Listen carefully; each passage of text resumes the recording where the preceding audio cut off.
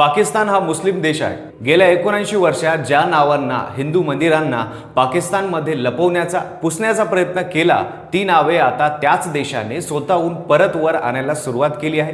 राम गल्ली, कृष्ण मंदिर, जैन चौक ही नावे आता पाकिस्तानच्या लाहोरमध्ये पुन्हा दिसू लागतील। पाट्या बदलल्या गेल्यात, रस्त्याची नावं बदलली गेलीत आणि हे सगळं घडतंय पाकिस्तानमध्ये। प्रश्न एकच आहे, हे खरं आहे का? आणि जर हे खरं असेल तर पाकिस्तान असं का करतोय? याच्या मागे नेमकी कोणती भूमिका आहे? सविस्तर पाहू या व्हिडिओच्या माध्यमातून। नमस्कार, मी पंकज आणि तुम्ही पाहताय कसं काय। 1947 साली जेव्हा फाळणी झाली तेव्हा लाहोर पाकिस्तानमध्ये गेलं।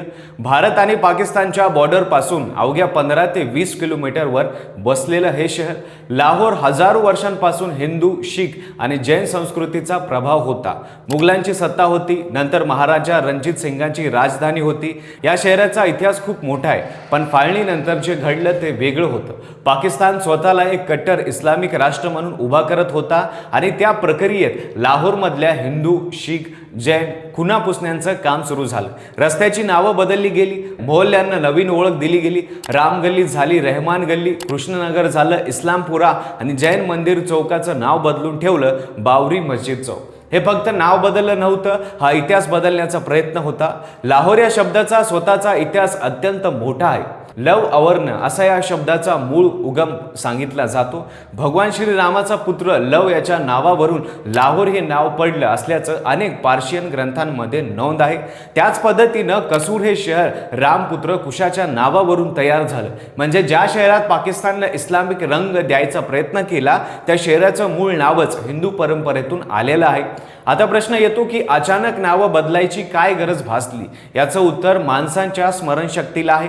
79 वर्षे उलटून गेली, पण लाहोरमधल्या लोकांनी राम गल्लीला रहमान गल्ली कधीच म्हटलं नाही।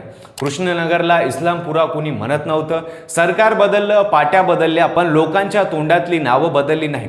ती नावं त्यांच्या रक्तात इतकी खोलवर रुजलेली आहेत की कोणत्याही सरकारी आदेशाने ती मिटवता येत नाहीत। हेच ओळखून मार्च 2026 मध्ये पाकिस्तानच्या पंजाब प्रांताने एक मोठा निर्णय घेतला। Lahore authority for heritage revival म्हणजेच LAHR ची स्थापना केली गेली।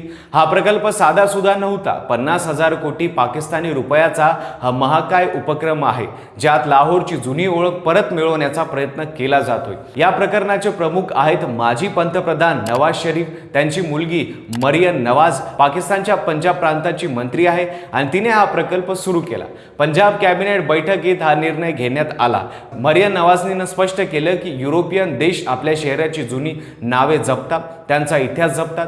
पाकिस्तानने तेच करायला हवं आणि त्यानंतर बदल सुरू झाले। राम गल्ली परत राम गल्ली झाली, कृष्णनगर परत कृष्णनगर झालं, धर्मपुरा, संतनगर, शांतानगर, लक्ष्मी चौक ही सगळी नावे परत आली।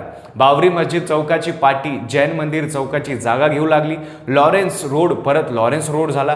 75 पैकी 48 ऐतिहासिक वास्तूंवर काम सुरू आहे। लाहोर किल्ल्यात शीख गॅलरीत राजकुमारी बंबा सदरलँड यांचं पेंटिंग पुनर्स्थापित केलं गेलं।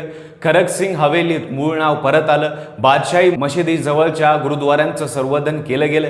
या सगळ्यात सर्वात धक्कादायक बाब कोणती आहे? तर ती आहे पाकिस्तानी लष्कराचा प्रतिसाद। लाहोरमधल्या सेंट मेरी चर्चच्या जीर्णोद्धाराचं काम होतं। काम हाती घेण्यात आलं तेव्हा पाकिस्तानी लष्करीच्या कोयर कमांडने स्वतःहून पुढाकार घेतला। पंजाब सरकारने हे काम करावं असं त्यांनी आवर्जून सांगितलं। त्यापेक्षा मोठी गोष्ट म्हणजे नोव्हेंबर 2025 मध्ये पाकिस्ताननं तेहरीक-ए-लबैक या कट्टर इस्लामिक पक्षावरून बंदी घातली। याच पक्षानं धर्माच्या नावाखाली अनेक वर्ष पंजाब पोलिसांशी संघर्ष केला होता। हा पक्ष बंद झाल्याने लाहोर हेरिटेज प्रकल्पाला मोकळी वाट मिळाली।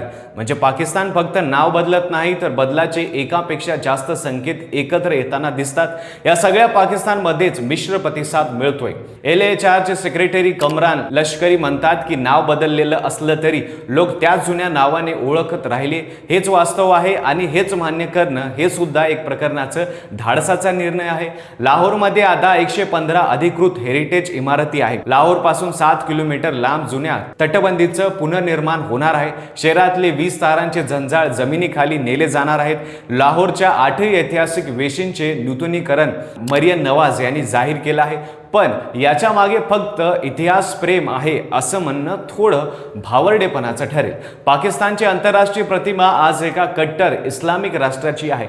IMFI कडून कर्ज मिळवावं असेल, जागतिक बँक विश्वास संपादन करायचा असेल आणि परदेशी गुंतवणूक आणायची असेल तर ही प्रतिमा बदलणं अत्यंत गरजेचं आहे. IFI ने उघडपणे जरी हे सांगितलं नसलं तरी सर्व धर्म समान असलेल्या समाजालाच ते कर्ज पुरवठा करतात हे पाकिस्तानला जाहीर माहिती आहे. मागच्या वर्षी पाकिस्तानला $1 अब्ज कर्ज मिळालं, पण ते मिळवताना किती दमछाट झाला हे पाकिस्तानी नेत्याला चांगलंच माहिती आहे. त्यामुळे नवाज शरीफ यांची खरोखरच भावनिक ओढ असू शकते.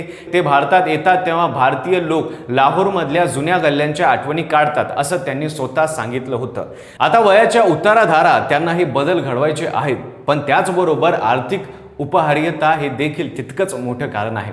लाहोर कधी फक्त एका धर्माचं शहर नव्हतं, ते नेहमीच अनेक संस्कृतीचं, अनेक परंपराचं शहर होतं. रामपुत्र लवाच्या नावावरून पडलेलं नाव आज त्याच लाहोरमध्ये एक नवीन अध्याय सुरू होते असं दिसतंय. राम गल्ली, कृष्णनगर, जैन मंदिर चौक ही नावे परत आलीत तर ही नक्कीच कौतुकास्पद आहे. तुम्हाला काय वाटतं? पाकिस्तानचा हा बदल खरा आहे की हा फक्त आर्थिक अडचणीमुळे आलेला नाईलाज आहे? कमेंटमध्ये नक्की सांगा. व्हिडिओ आवडला असेल तर लाईक करा, चॅनलवर नवीन असाल तर चॅनलला सबस्क्राईब करा आणि बेल आयकॉनला दाबायला विसरू नका आणि पाहत राहा फक्त कसं काय.